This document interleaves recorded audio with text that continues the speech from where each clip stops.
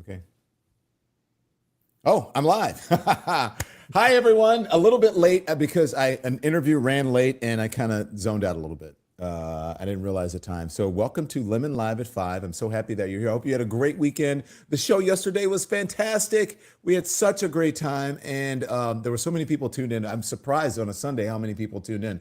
You can see the man on your screen right there. I'm so happy to welcome back to the Lemon Nation. He's a Lemon head. He's part of the Lemon Nation as well. Midas Touch. From the Mighty Midas Touch Network, and that's Tennessee Brando. He's a singer, he's a songwriter, he's a political commentator, and I'm so grateful to have him here with us this evening. Tennessee, how you doing? Man, I'm doing great. It's so good to be back with you again. It's good to be back. It's been a little while, and life is treating you well. You had a good weekend, all that stuff? Yeah, did really good, man. How about yourself? I'm great. So our viewers here and the world really cannot thank you enough for the Bleach Blonde Bad Built Butch Body performance that you did for us.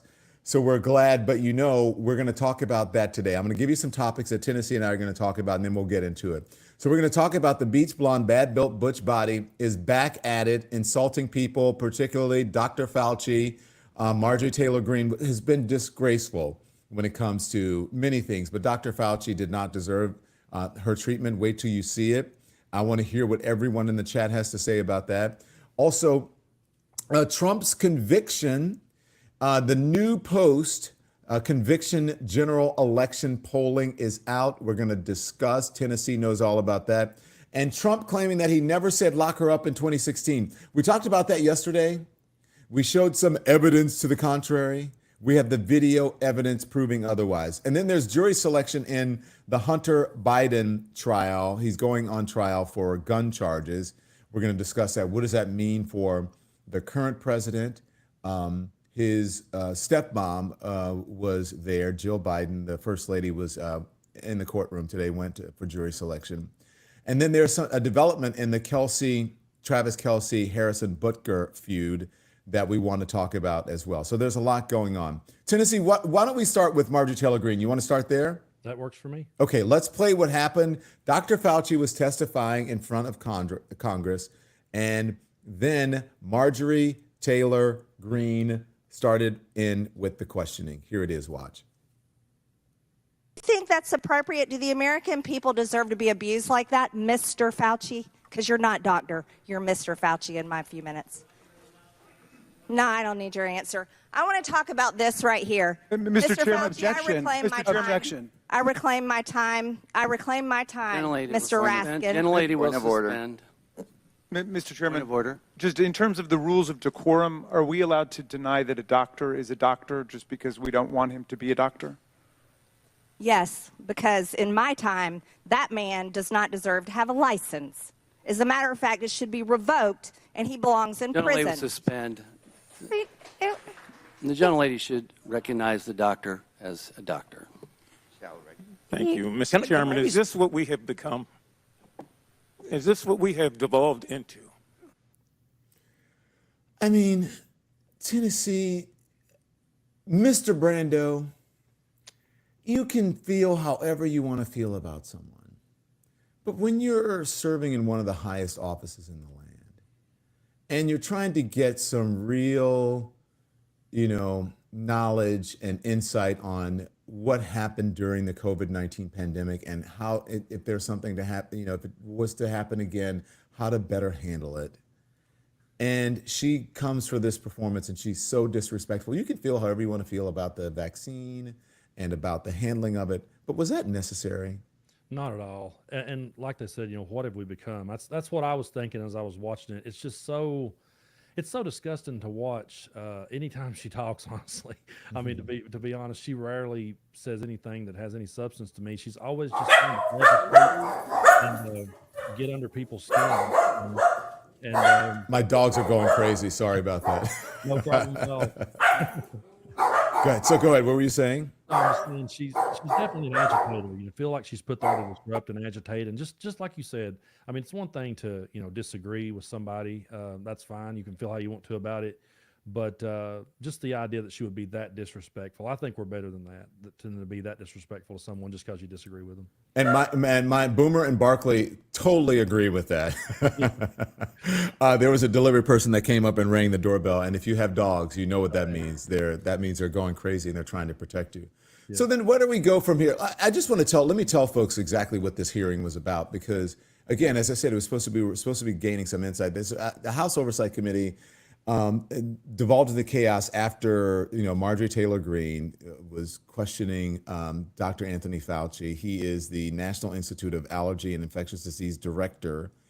He was being questioned over his involvement in the response to the COVID-19. He was summoned before the committee this morning, where Republicans grilled him over the effectiveness of social distancing measures, his relationship with major pharmaceutical companies, and a slew of pandemic-era conspiracy theories that I hear about all the time. And so Marjorie Taylor Greene never wanted to miss a camera performance, a performance that she can get on camera because it was on C-SPAN. She refused to address Dr. Fauci as a doctor, refused to allow him to answer questions, and said that the veteran civil servant deserves to be in prison. So you heard that on there. I just want to know, does America continue to go here? Is America going to go here in November, Tennessee, when they're voting for the president and other elected offices come November? Are they going to continue to go with these crazy people? I think Bleach Blonde Bad Built Butch Body was the least of the things that someone could have called her, the nicest. Yeah, that's really true. And I really hope we don't go in that direction. I am concerned about it because I think a lot of people, they just buy into the rhetoric of it. They get worked up in the story. It feels like I've said this before, but it just feels like they're watching WWE or Jerry Springer and they're just caught up in this moment, But I really want to see us get away from this in American politics and get back to some sense of normality again. It would be great to just be able to have a conversation with, she's, before in the past, there's been people with congressmen and women that we've disagreed with that might have had some radical idea and some stuff right on from time to time. But she just is constantly in the news for the way she treats other people, not for her ideas or what she's going to do for anybody, but just the way she treats other people makes the news almost every day. Are you talking to the TV when you see that stuff? What are you thinking? Sometimes I am. Yeah. It's just hard to watch, man. It really is. It's like you say to yourself, I really have to, give Dr. Fauci credit for keeping us cool the way that he did. That would be hard for somebody to be coming at you that hard and you not just lay back into them, Yeah. So I do praise him for sitting there and taking that. That was pretty rough to watch. Well, he took a lot of it. And listen, not to be outdone, Republican Representative Nicole Maliotakis, she's a Republican of New York. She got into a heated exchange with Dr. Fauci over whether he had made a fortune working with pharmaceutical companies. Let's hear it. Conspiracy. Appreciate that. Dr. Fauci, how much have you earned from royalties from pharmaceutical companies since the pandemic began in 2021? Zero. It says NIH scientists made $710 million in royalties from drug makers. You're saying that you did not receive any of the $710 million. On COVID, I received, I think, $122 for a monoclonal antibody that I made 27 years ago. Okay, so just in general, though, how much have you received, not related to COVID, just in general, how much have you received in royalties between 2021 and 2023? I think none. Okay, so somebody received the $710 million. Somebody did, but not me. You didn't receive any royalties. Okay. I see no royalties associated with COVID. I mentioned. I said. No, I want to. No, I just said. I'm on the record, and I want to make sure that this is clear. That I've developed a monoclonal antibody about 25 years ago that's used as a diagnostic that has nothing to do with COVID, and I receive an average of about $120 a year from that patent. Okay, but the bottom line. Tennessee, can these Republicans really not be bothered to bring facts to the table when they try to smear someone, when they try to smear political rivals? I don't think so. It's all it's about anymore is a smear tactic. But this one here really hits home for me personally because I lost 2 family members to COVID myself, and back in October of 21, and they were both in need of the vaccine. They were both in bad health, and it was my first cousin and my aunt, and sorry, They passed away in the same month because, my aunt was married to a guy who bought into conspiracy theory bullshit. And so it's really hard to talk about and watch them go after him that way, because I remember what it was like during that time trying to get my point across to him. Hey, you may need to consider this. I'm not a doctor. I wasn't trying to give it, but I'm saying, hey, based on your health, you may need to really strongly consider this. And they just repeated back to me every talking point that these conspiracy theorists come out with. And then I buried their ashes myself. And so it just, to see it get turned in and politicized this way. And every time I watch this stuff, especially this, I can't help but get emotional over it. I'm so sorry I'm sorry, say again. It just hits really close to home. Tennessee, I'm really sorry that happened to you and your family. And there are many families like that, right? Not to make light of, of what happened to you. I went to a COVID ward in my hometown, the hospital I was born in, Baton Rouge General Hospital. And there were a number of people who said that they bought into the conspiracy theories. They didn't get the vaccine. They thought that it was, it made you sick and all those things. And the guy, I think one of them eventually passed away, but they regretted it. Yeah. They regretted not doing it and regretted somehow not getting the right information, but there was so much misinformation out there. I'm not sure if you know, Tennessee, that I try to go on and I try to talk to people who with differing opinions. Yeah. And so I've been going on a lot of the sort of right wing or, the do your own research podcasters, YouTubers. And they always come back with, it was about control. The vaccine didn't work. We should have been taking ivermectin. It's the same thing over and over and over. What do we do about that? What do you say to those people? Well, it's funny to me how that so much misinformation got put out there, because I've heard so many people say the same things you're saying there and talk about how I've heard a lot of people say, well, I took the vaccine and got COVID anyway. And, I was warned about But they may be alive because of it, but sorry, go on. Exactly. You're exactly right. But, I was, when I got mine, I've been vaccinated. When I got my shot, the lady that gave it to me said, this doesn't prevent you from getting COVID. You could still potentially get it. And I have had it since then. I'm not blaming it on the vaccine. I just think there's a lot of just distrust. And I think most of it was sown by the far right. I really feel that way. They try to blame it on people like Dr. Fauci, but I really believe they're the ones that turned it into a political thing and got so many people. I remember back when the pandemic first started, Don, I honestly thought this is going to be the thing that brings us together. I did too. Because I thought, no one wants to get sick, whether you're right or left, atheist, Christian, no matter what you are, no one wants to get sick. So I thought this will be the moment we come together and work out our problems. And instead, it just went the opposite way. And then it became so hard to have a conversation about it with anyone, because everyone was telling you about something they heard on a podcast somewhere, and it just turned into like you couldn't never get to the bottom of anything, Yeah. How do you feel Dr. Fauci handled the COVID-19 pandemic? That's the poll that we have up now, and a lot of people, almost 600 of you, 560 something of you have voted, and you said very, very well, say 72%, pretty well says 25%, pretty poorly says 2%, and 1% say very, very poorly. So most overall, by an overwhelming margin, people think that Dr. Fauci handled very, very well. It's actually 600 people now have voted. So thank you. I appreciate you voting for the podcast. Tennessee, let me see if I may have one more question for you, and then I want to see what the panel has to say here. But do you think the GOP base, they hate Dr. Fauci? Why do they hate him so much? And I don't know. He did some things well, I think. I'm not sure that he did everything perfectly. I don't think our government did everything perfectly, the health officials, but I thought we were in the middle of a moment where a lot of people didn't know. And the people who do their own research and the ivermectin, horse medicine people didn't know as well. I'm sure he has some regrets from the pandemic, but why do the right think he's Satan? I don't get it. I just think they've bought into the conspiracy theories that people like Marjorie Taylor Greene pushes. I think they've just bought into that mindset, and their mindset, they have to be the victim in the story. They have to find some way to make themselves the victim, and everyone's out to get them. So I guess they've just added Dr. Fauci to the list of boogeymen that's out to get them in their lives. It's, I don't understand it fully. I never will.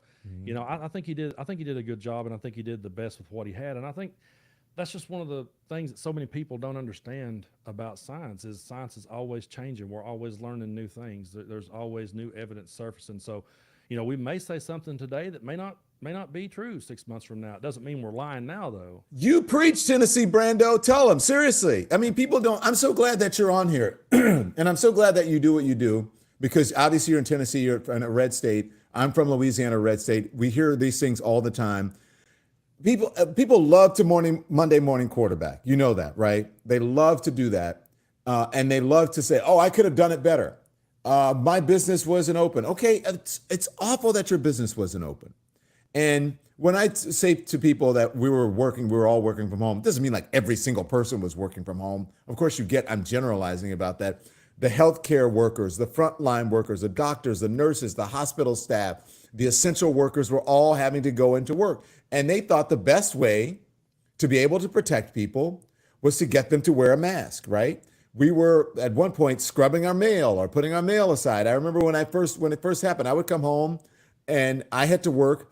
I would come home, Tennessee. I would disrobe at the door, throw my stuff in the washer and dryer, and then put it in a bag, take it to the washer and dryer, and then jump right in the shower. Yeah. And so we didn't know. I'm not upset that our officials didn't know, because I thought they were trying to help us. I don't always trust the government. I'm sure you don't either. Yeah. But in a time like that, when it's an emergency and it's extraordinary, you would think that people would want to get on board and not be selfish. They'd want to help their fellow citizens. Exactly. But yet. Exactly. No, you're right on it, man. That's exactly how it is. I just remember I was working in a small factory at the time, just a little small warehouse with about 7 other people. And the owner just had no regard for it at all. He was another one that thought it was a hoax. I remember him calling a meeting at one point and telling us it would be over by Easter and not to worry about it, just repeating all the same talking points he heard on Fox News. And well, the president said that. That's why they were so exactly. Go on. So exactly. So they just repeated all that stuff. And I remember thinking to myself, like you said, we all stand a chance to get sick here. We all stand a chance that we could possibly die from this, And you're complaining over a mask. You're complaining over having to wear one. I wore one because I wanted to stay healthy and I didn't want to spread it to other people. But there come a point where I was wearing it just to show other people that I wasn't a jerk. You know what I mean? It was like, I felt like I may have wore it longer than I may needed to, because I didn't want to, go into stores, because I saw people in my part of the world come in just so empowered, like, hey, I'm going to, I don't know. It just became, I hated the way the whole thing got politicized. It was like a sense of entitlement that people I'm not going to let anybody tell me what to do. It's like, what? Are you kidding me? Yeah, and this is something you can get from breathing in the air. Yeah. I mean, well, there are people who still don't believe it's airborne. Like the whole idea about droplets. I mean, I was on a podcast the other day and they're like, well, it was proven that it wasn't airborne. I'm like, I didn't even address it. I was just like, okay, I'm not going down that rabbit hole. But yeah, because of the misinformation. Boy. I thought Dr. Fauci did a good job. Tennessee, let's go into some of the comments, because this is what we do here on the show. Okay. So Mandy's Candy, I love these names too, by the way. You ever look at your people who follow you? Sometimes I do, I love their names, right? It says, he handled it great while Cult 45 was running everything into the ground. Marsha H says, put the blame on someone other than DT is what they were trying to do. Barbara, I don't know what Ina Coma says, but anyway, Dr. Fauci said he could have done some things differently, says Andrea. I agree. He said that. Thank you so much. I appreciate it. Also, Scotty Cadet, thank you very much for supporting independent media. I appreciate it. We all could use your support, because we are not corporate. And in order for us to continue to do what we do, we rely on your support. So thank you very much. And here's a question that you asked. So thank you. I appreciate it. You say, Scotty Cadet, hi, Don. Ivermectin reminds me of the movie Contagion. As PhD scientist who worked on COVID-19, I'm grateful for Dr. Fauci. Dr. Fauci, by the way, Don, been a watcher since your days in Chicago and saw you driving to work 15 years ago. Best. Thank you for that. Wow. 15 years ago. No, that was more than that. I worked in Chicago 19 years ago. Man, I'm getting old. Cannot believe that. Microphone needs to improve. Sometimes I can hear it well, others not. Yeah, well, listen, if you watched yesterday, then you know I had a microphone malfunction. I bought this fancy microphone when the microphone on my computer actually works better. So we'll have to figure out what's going on. I'm sure it's me. It's probably operator error, but hey, what are you going to say? So let's see. Hello, Don in Tennessee from Alabama. Roy Puckett says, Dr. Fauci, AJ here 128 says, Dr. Fauci needed backup for the 6B Neanderthal clapbacks. I would have gladly done. Okay, Tennessee Brando needs to turn the volume up. I love to hear you clearly, says Dale Ennis. I don't know. Maybe some of these people are saying that we're low, Tennessee. We may be. I can hear you fine, and I hear myself good in my head. I can hear you fine as well, and I don't even have my volume turned all the way up. But I don't know what the crowd's hearing. He's a soft-spoken man, people. He's not a yeller. He's not a screamer like me. This reminds me of all the years I played in bars playing music, because there would be so many times the crowd would be saying, "We can't hear you," and I'm like, "We're rocking on stage." Morvey Burgess says, yes, people are still dying, but we don't hear anything. It's true. And we forget. Yeah. We forget all the people who died. Yeah. All the people who were dying, and you want to be selfish. So thank you. Don and Brando, both audio good. See, this is why I love what I'm doing now. It's instant feedback, Tennessee. Do you ever do a show for your subscribers? You should do it. It's very fulfilling. You do. Yeah, I do every Friday night at 9. Every Friday night. What do you call it? The Tennessee Brando Show, which is. But why don't we got to come up with some branding. Tennessee 9. Can you guys come up with Tennessee? This is Lemon Live at 5. Yeah, we'll have to come up with something. So we'll have to come up with something for Tennessee Brando. Okay, where do we want to go now, Tennessee? Let's see what we want to discuss now. We want to talk about Trump's conviction, okay? Yeah. What was your reaction? 34 guilty counts. 34 guilty counts. What did you think, Tennessee? I was honestly shocked. I was actually going shopping that day for my son's birthday. He turned 6 on Sunday, and so I was going shopping, getting him some presents, and I looked over and had a text from a friend. It was like, "Hey, the verdict's in," and I was like, "Oh!" And I knew it was going to hit when I wasn't near home. I knew I would be on the go when I found out, and honestly, I was nervous, man. I was just afraid it was going to be a hung jury, or maybe he could be not guilty or acquitted, or so many different ways it could have went.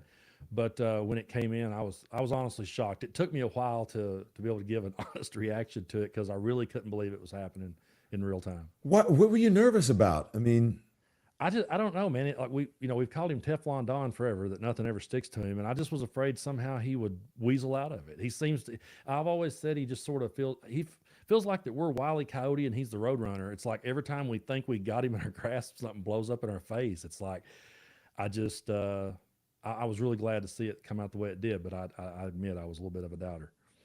Tennessee Brando, why is someone saying play Arrested Development, Tennessee? Sarah Leela? I don't know. They're asking you to play Arrested Development. I have no idea. No idea. No idea. Oh, so I think so. Just not to cut you off, and we're going to go back to what you're talking about. But Madame Moru's House of Cards says genuine at 9. There we go. Tennessee Brando, genuine at 9. I love that. That's pretty good. What do you think? I think it's a good one. Yeah. Can't argue with that. Let's see. There's got to be something else. Kenneth Brooks says 999. Do you remember Herman Cain? Oh God. Yeah, I forgot all about that. 10C. No, that would be 10. 10C Brando is what someone is saying. 10C Brando. I don't know about that. And there was another one, Tuxedo Brando, someone said, but I kind of like that. Tennessee Brando says Selena Reddick Tennessee Brando is my new favorite person.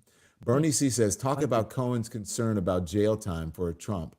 Were you concerned that he wouldn't face any repercussions? And, okay, Cynthia. Brando time at 9. That's it. There we go. What do you think? That's simple and to the point. Brando time at 9. Brando time at 9. Okay, so I'm going to be looking for that. Okay. Were you concerned? I know that Michael Cohen said that he was concerned that he wasn't going to face jail time when Michael Cohen actually went to jail over the same mess. Not exactly the same charges, but I think he pled for lesser charges in order to He says he didn't want to get have his family dragged down and bogged down into this. So what do you think? Were you concerned about no prison time or no jail time? I can't see him going to jail myself. Can you? You can't? No.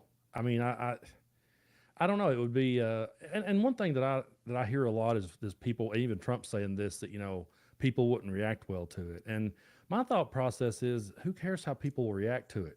It's like, I Well, mean, you know why he's saying that, right? yeah, exactly. I think it's a dog whistle to it's a call to. I think it is, because he was saying in one interview with the Fox and Friends, he was like, I don't think people would take to that. I don't think the country's ready for that, and I definitely felt like it was a dog whistle.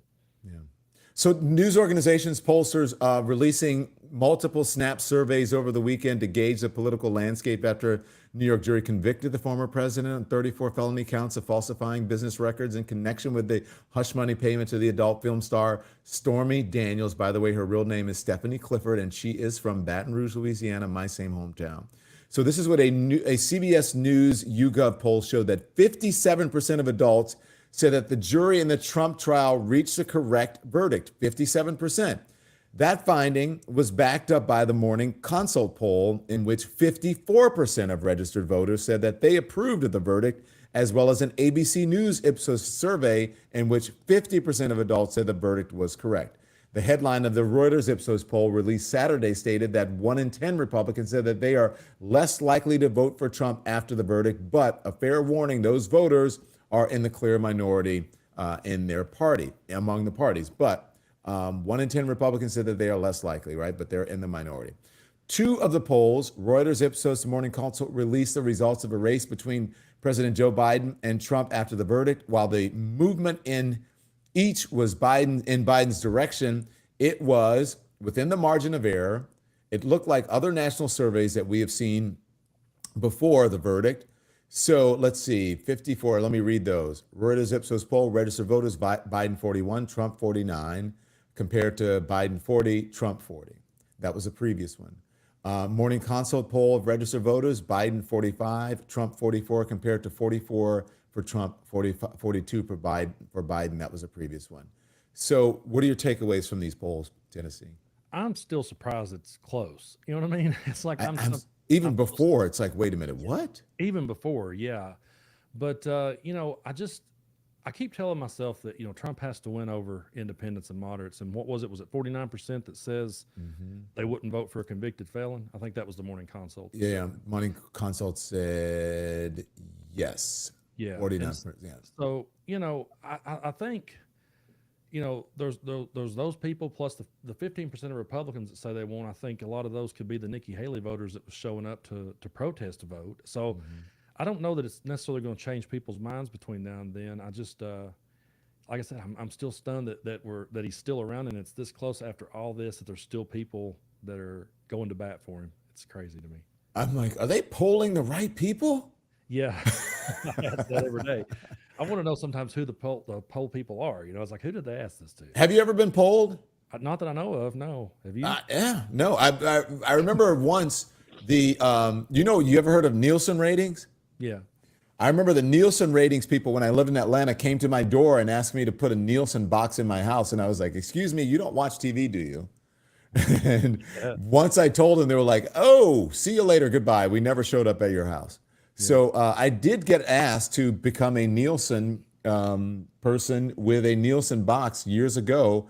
And I had to alert CNN that someone had asked me and that I had turned it down. And I had to make sure that they knew, because I wanted to be transparent about it. But that's the only time I believe. I think also, I take that back. I think in college, I was asked to do a poll from a radio station. And I think they actually paid me. I don't remember, for participating. So anyways, all right, we'll move on. So in the comments, let us know if you've ever been polled or anything like that. If you've ever been polled or asked to do research or TV ratings or radio ratings or anything like that. Okay, so this may be the most brazen lie ever. Okay, Tennessee, did you see this interview with Donald Trump on Fox and Friends, where he talked about, hey, I never asked anybody to lock up Hillary Clinton. I know people are saying that I should be locked up now, and I never said that she should go to jail because if she committed crimes. Did you see that? Yes, I did. Okay. Well, for the people who didn't see it, let's play it, and then Tennessee and I will react to it. Here it is.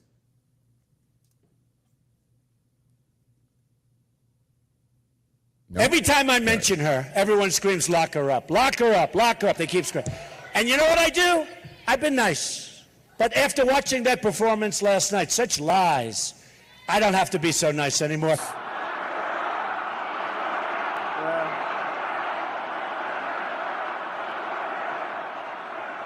I used to say just a couple of weeks ago, let's just beat her on November 8th. But you know what? You have a point. Crooked Hillary Clinton. Oh, she's crooked, folks. She's crooked as a $3 bill. Okay, here's one. Just came out. Lock her up is right.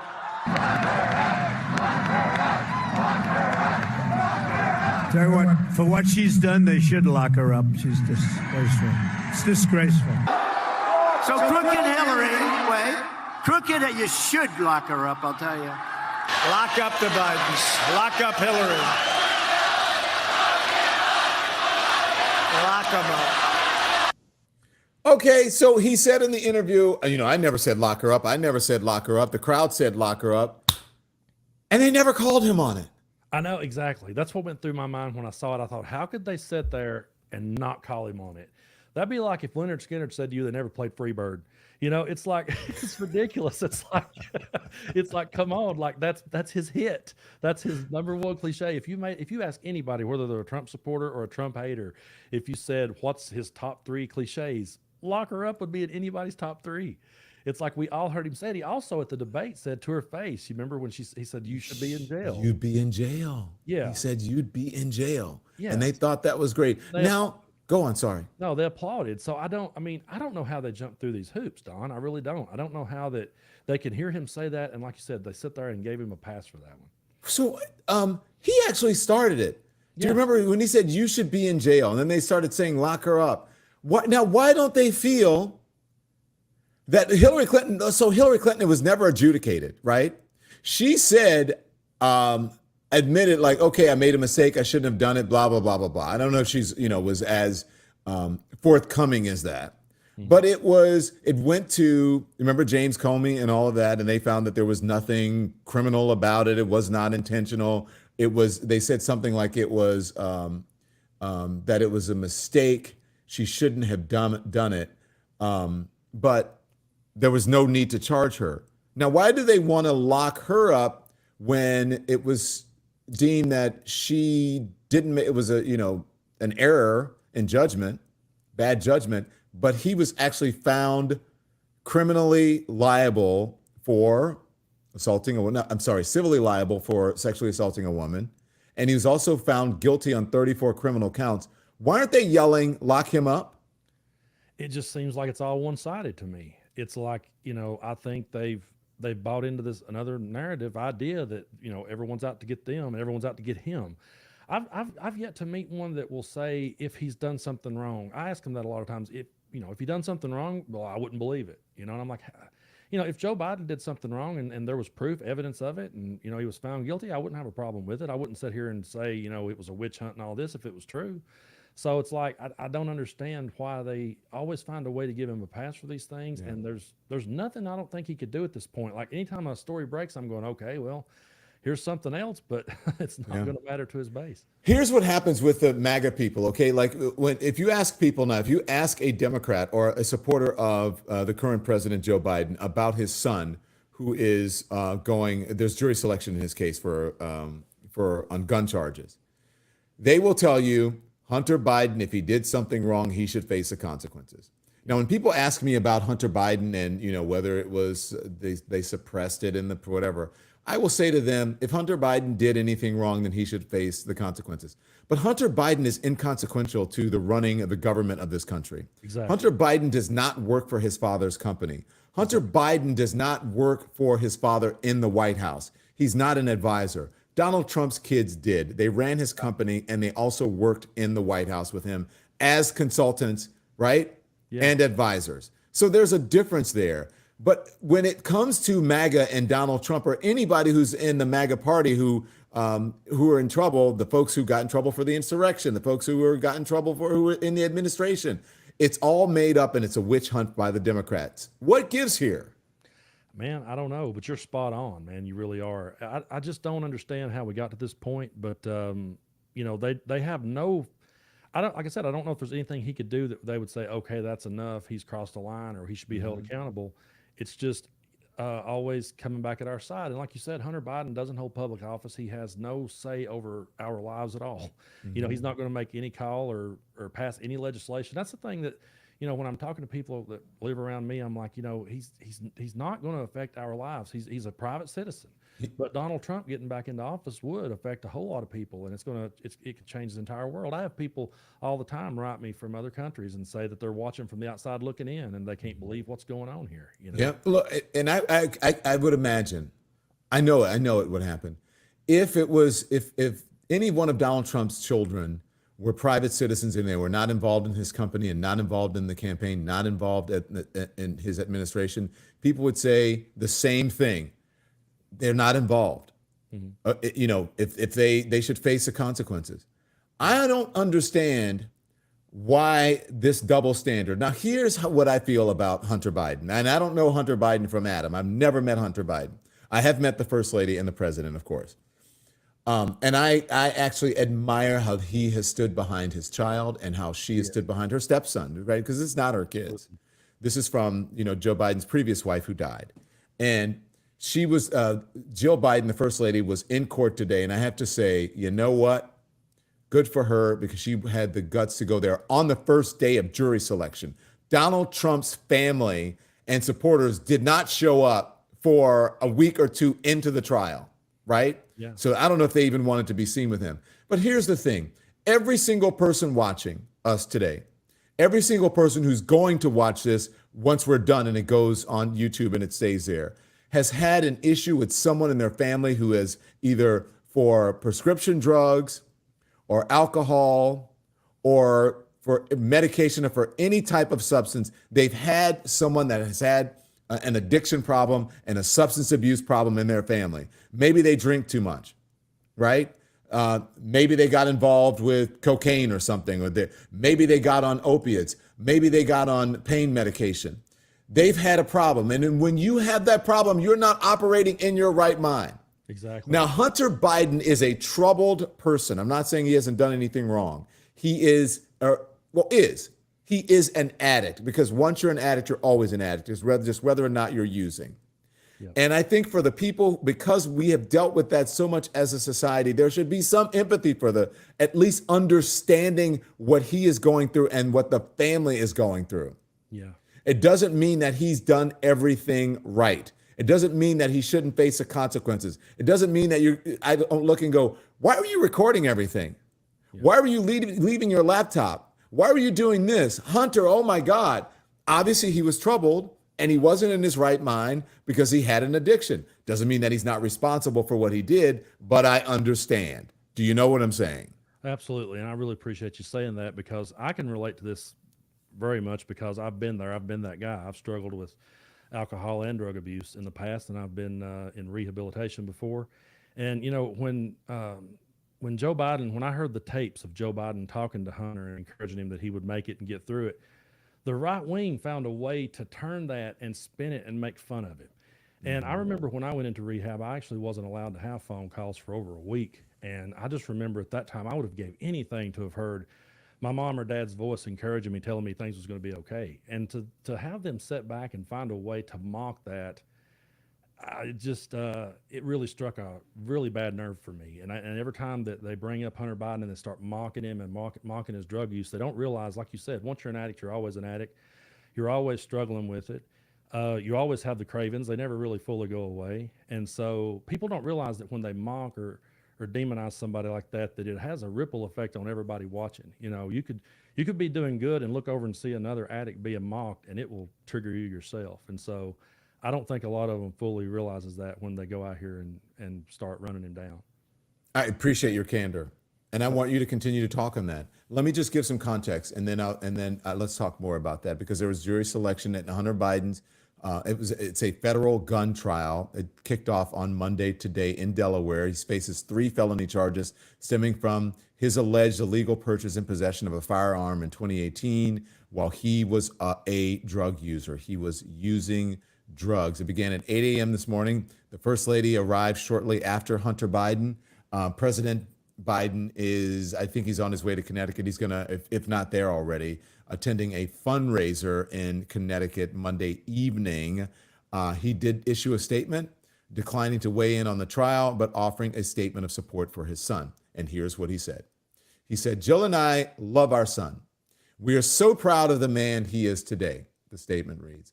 "Hunter's resilience in the face of adversity and the strength he has brought to his recovery are inspiring to us. A lot of families have loved ones who have overcome addiction and know what we mean." What do you think of that statement, Tennessee? Well, they're absolutely right. And like I said, it's hard to watch when people mock someone like that. It's a very hard thing to get through and go through. And something you said earlier I wanted to touch on is you're not in your right frame of mind during that period. And you don't remember certain things. I was a musician for over 25 years, and man, I've played shows where I don't remember even being in that town, man, to be honest with you. Wow. Yeah. And I've had people come up to me and be like, "Hey, I saw you in your band, 10 years ago, and you guys played this Bob Seger cover and it was great." And I'm going, "Did we play that one?" I know it sounds crazy to some people out there that would hear that. They wouldn't be able to understand it. But, luckily I had a good friend, a guitar player that played alongside me. He always remained sober and watched after me. He took really good care of me. If it wasn't for him, I probably wouldn't be sitting here, to be honest with you. But he's looked back and told me, "Yeah, we played there. Yeah, we played that song." And so there's a lot of stuff that can be a total blur to you in that scenario. And just when you have the Marjorie Taylor Greenes of the world just in Hunter's face, mocking him, as someone who struggles with it himself, it's always very triggering to see that. Yeah. I'm so glad that you're here to discuss this. Tennessee Brando is joining us, and we're discussing everything politics right now. The Tennessee Brando of the Tennessee Brando Show on the Mighty Midas Touch Network. He joins us occasionally to discuss things that are going on in the zeitgeist, and he's a perfect person today, as you can see, to talk about the issues of addiction as it relates to Hunter Biden, and to talk about the bleach blonde, bad built butch body, Marjorie Taylor Greene, back at it again, insulting the former head of the infectious disease for the United States and part of the COVID task force for the former administration, the Trump administration, Dr. Anthony Fauci. The MAGA folks, and actually just the Republicans, I guess they're MAGA now, they're trying to make this Hunter Biden deal out to be as big as the Donald Trump criminal trial scandal. Do you think Americans will buy that? No. I think they're following Will, but I think any other reasonable person's not going to. It's, I don't know all the logistics of it, but I know, like, wasn't it that he, answered the question wrong on the form when he got the gun? He checked that, he wasn't under the influence of drugs. I know so many, I'm not throwing stones or anything, but I just know so many good old boys in my part of the world. I know a lot of people have probably lied on that form. I'm just saying it, they really have. And it's funny, this one's funny to me because it involves buying a gun, and the people where I'm at, I'm in such a red sea. It's all about, they would literally hand a gun to a kindergartner. And so it's funny to me that now they're all about safety and regulation when it comes to Hunter Biden. It's pretty crazy to me. Thank you for discussing that. I'm trying to read some of the comments here because people are really commending you on your transparency as it relates to Hunter Biden and as it relates to addiction. So Carrie King says, "I found the doctor finally that had compassion for me. He asked me what I expected to gain out of coming to see him. I said, give me all these effing narcotics after 8 years. It was all prescribed." So I guess they go into the doctor and the doctor gives them narcotics or pain pills or whatever, and then they become addicts. You become addicted to it. It happens in America, Tennessee. It happens to a lot of people. Let's see. Amani Umaja says, Amani CW says, "I know of pastors who were addicts." Cheryl Gibson says, "Brando is awesome." Thank you. Let's see. Tennessee Brando, "I am proud of you," says Higher Truth Art. Kate Churcher says, "It's always good to see you." Wilbert Muzz says Trump's brother died of alcoholism and he had zero empathy for it. I know that because he's embarrassed about it and not empathetic. He's a monster. No, I know that. I don't know if he's embarrassed about it or if he's not empathetic, but I know that he said that's the reason that he didn't touch alcohol, is because his brother had a problem with alcohol. So he should know about addiction, and people should bring that up. Yeah. That didn't your brother have a problem with addiction when you were, when you make light of Hunter Biden and you try to use it as a political cudgel? Yeah. People should bring that up. And let's see. A golf twitler says they want him to relapse. That's why they attack his addiction every single day. It's similar to how they pray for the big one to hit California and have it sink into the ocean. Terrible, terrible, terrible. So here's the thing. Do you think Americans will consider Hunter Biden trial to be as big as the Trump trial? That is our poll right now. So if you want to go in and vote on the poll, we would really appreciate it. But more so than anything, I think that if we can bring light to a situation that is helpful to Americans, which we try to do here, we fight for democracy. They do it on the Midas Touch Network. You see Tennessee Brando doing it every single day. His show that he does just for his subscribers at 9 o'clock. What is it? Brando time at 9, I forget, or Tennessee time at 9. Yeah. Then that's what we do.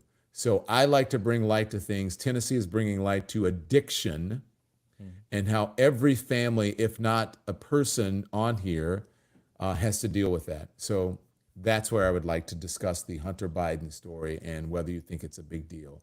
I'll tell you what the poll says. 400 or so people have voted. Americans say, do you think Americans will consider this trial to be as big a deal as a Trump trial? 2% say yes.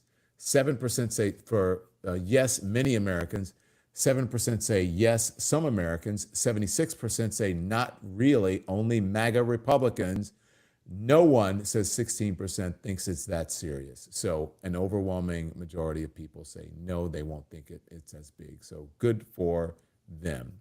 So Tennessee, were you aware of this Harrison Butker story and, about the... I had saw a little bit of it, and then this morning when your producer sent me the link, I read about it. Okay. And watched it. Yeah. Okay. So this is a not Travis Kelce. It's his brother. What's his brother? Jason Kelce. Jason Kelce, and this is Harrison Butker, who is the place kicker. So here's what's happening. So there's still sort of this ongoing feud, folks. So Jason Kelce appeared to mock the phrasing used by the Chiefs kicker Harrison Butker during the Benedictine College commencement address in a post on Twitter that used diabolical lies, a quote, diabolical lies. Because remember, Butker said, you have been told diabolical lies, saying the women had been told that when the most important thing to them was to their families and their kids and what they do at home. Though it involved an entirely different topic than the one that Butker referenced during the controversial commitment speech on May 11th. And so it says, this is what Jason Kelce said. All of you have been fed diabolical lies that washing every crevice of your bodies and hair all the time is somehow better or healthier, he wrote on Twitter. And it's a debate about whether feet should be washed as part of good hygiene. And then this is another quote from the tweet. Any dermatologist not in bed with big soap will agree, like Big Pharma. Hot spots are all that is necessary that actually leads to cleaner, healthier skin. Okay, so Jason Kelce hosts the New Heights podcast with his brother, Chief Star Travis Kelce. They began the stretch of posts Saturday when he responded to one that said, Jason Kelce looks like he doesn't wash his legs or feet. What kind of weirdo washes their feet? Kelce replied. Okay, Tennessee, this is an ongoing question. Do you know about this question about washing feet and legs? No, I don't. Okay, so I've been seeing this online. Now, I wash my feet and I wash my legs because it's part of exfoliation. Now, if you don't do it, that's your business. Some people say that you should just do the hot spots and you should skip everything else. And that's what Jason is saying. Now, careful what you say, because the feedback could be harsh. Yeah. Hot spots or wash everything. I wash everything. Feet and legs. Yeah, I do. Okay. Washcloth. Yes. You do? Yeah. Okay. My man. My man. I don't like the sponges or the other things. It just I want a clean rag every time. Okay, thank you very much. I want a clean rag too. Okay, so like if you're rinsing, if you're at the beach or whatever, I can understand you don't have it. Okay, fine, it's just a rinse, or you're like in a, if it's like a quick thing. Yeah. But I'm a washcloth person. I'm also a soap person. Some people are like, they like the liquid soap or the shower gel. Mm-hmm. I want a big old bar of soap. Yeah. Inside of a towel. Mm-hmm. That's me. That gets so soapy, and then you do the whole body. Yeah. And because if you don't use a rag, then how are you going to get your ass clean? I mean, I'm just saying. Oh, you're on it. Exactly.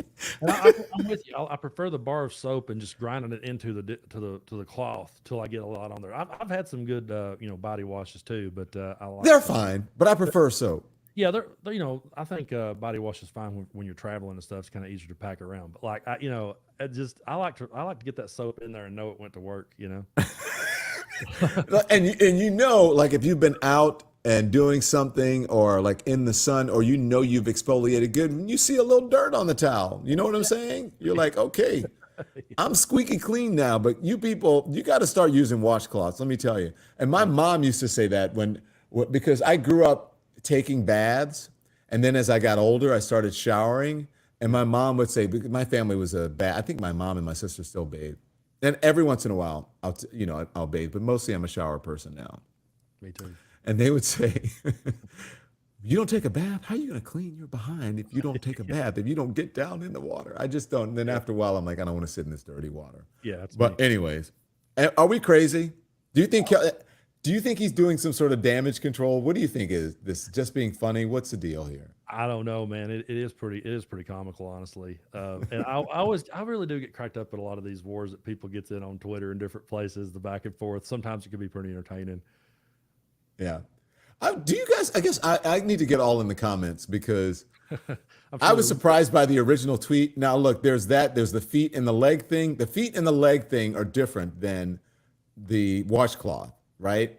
Mm-hmm. So usually it's just, do you use a washcloth? And that's by itself. And then the other thing is, do you wash your feet or whatever? So Lisa says, I don't use a washcloth.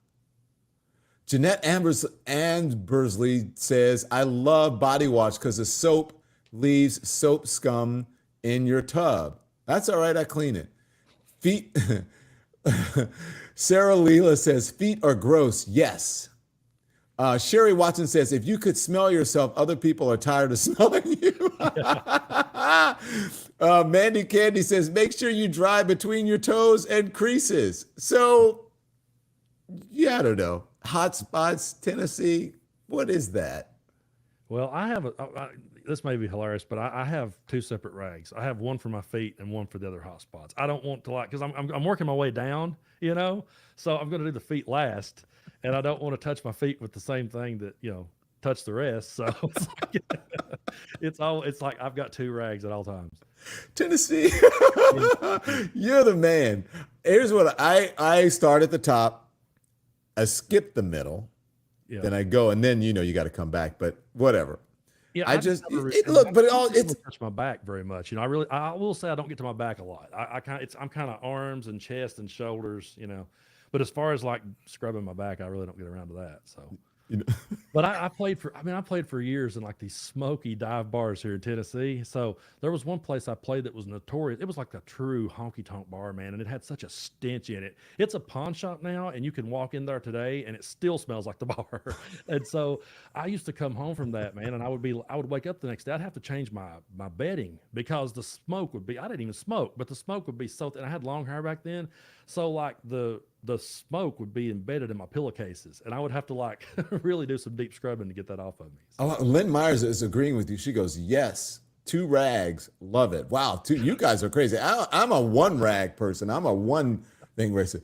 So Ann Marcel says, yes, damage control. I'm not sure what that's for. Bar soap doesn't put plastic in the ocean.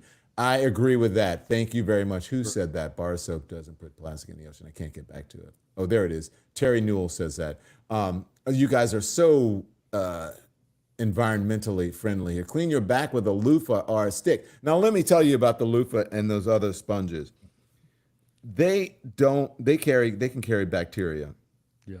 Because people don't clean them, they don't wash them enough, and they leave them in the shower, and then mold can grow on it. Mold grows in showers really quickly because it's so moist. So be careful about that. Tennessee, I bet you never thought you'd be talking about bathing with me. No, man. If you'd have told me back years ago when I was playing those dives that one day I'd be talking to Don Lemon about how I washed, I would have never believed it. Now, what do you do, Tennessee? Let's be honest, okay? You know what they say? They say that white people don't need lotion or don't think they need lotion. Now, I'm a lotion person.